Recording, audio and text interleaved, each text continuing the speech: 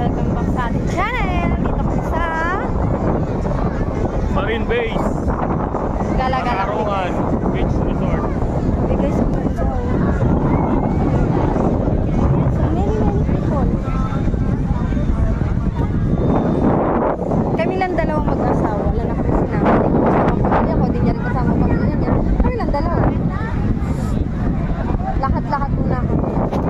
Baka hirap. Paano pag nasinelas pa tayo? Eh di mas lalo na hirap. Di ba nung sinabi na pwede magtayo daw ng ano dito?